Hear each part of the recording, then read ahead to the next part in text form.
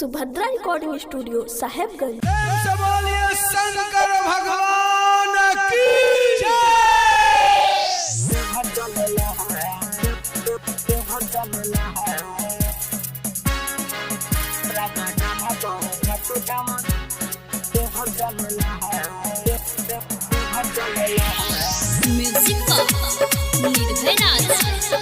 Subhadra recording studio Sahebganj.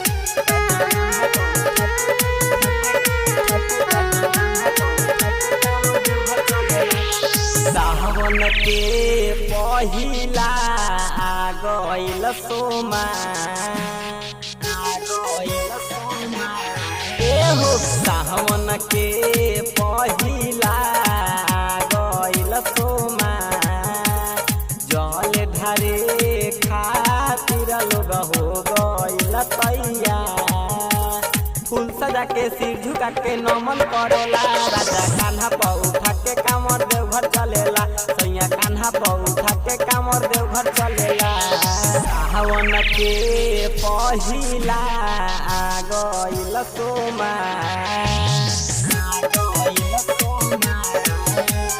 Sawan के पहिला गइल सोमा जल ढारे खातिर लोग हो गइल तैया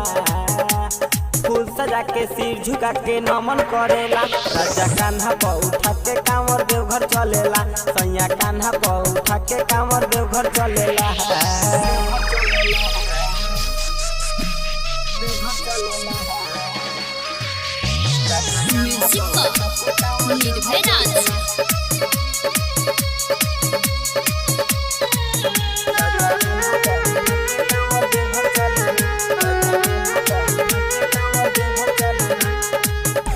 धतूरा से भरले बा झोला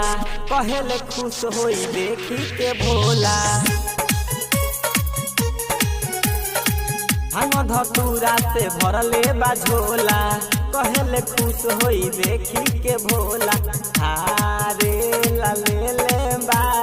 पीतर के लोटी नारा लगवले बा खाई के बूटी डीजे बजा के संग संग झूमेला राजा कान्हा पर उठा के कामर देवा घर चलेला सैया कान्हा पर उठा के कामर देवा घर चलेला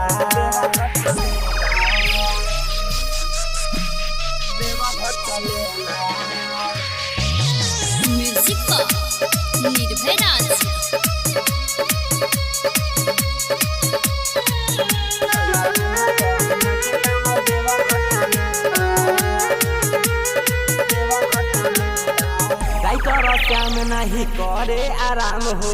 बाबा के कृपा से लागी न घाम हो डीजे विकास नहीं करे आराम हो बाबा के कृपा से लागी न घाम हो राजू नजरे रंजित सनोज जल लेके चल दिहले दीवाना सभे एक साथ मिली गाहा जमलेला राजा कान्हा पर उठा के कामर देवा घर चलेला सैया कान्हा पर उठा के कामर देवा घर चले।